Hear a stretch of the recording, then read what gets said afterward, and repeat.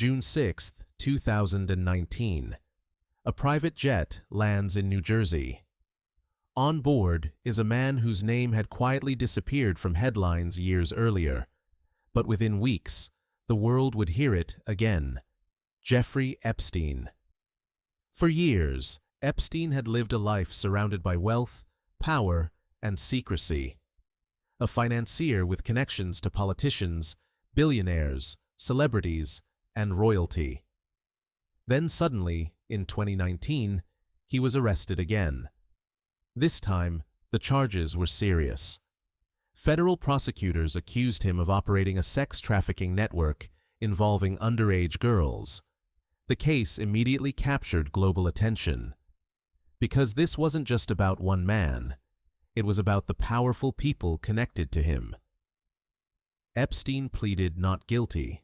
He was denied bail and placed inside the Metropolitan Correctional Center in New York, a facility designed to hold high-profile inmates, high-risk inmates, people who required constant monitoring. At least, that was the expectation.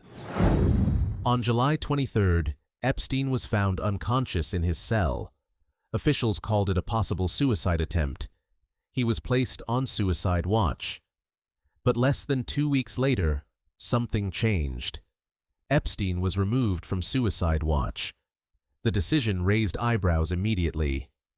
Why remove monitoring from one of the most high-profile inmates in the country? No clear explanation was ever provided. Then came the night of August 9, 2019.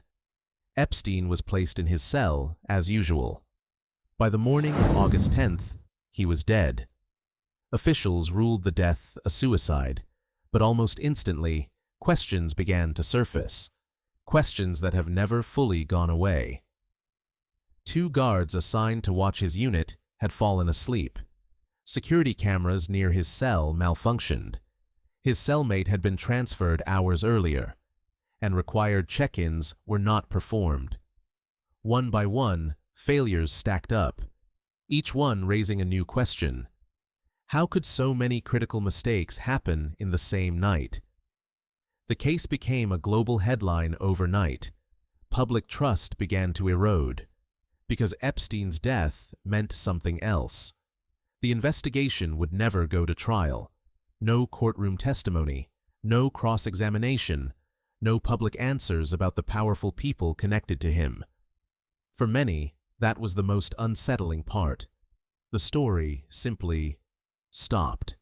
Officials maintained their conclusion, but public skepticism only grew.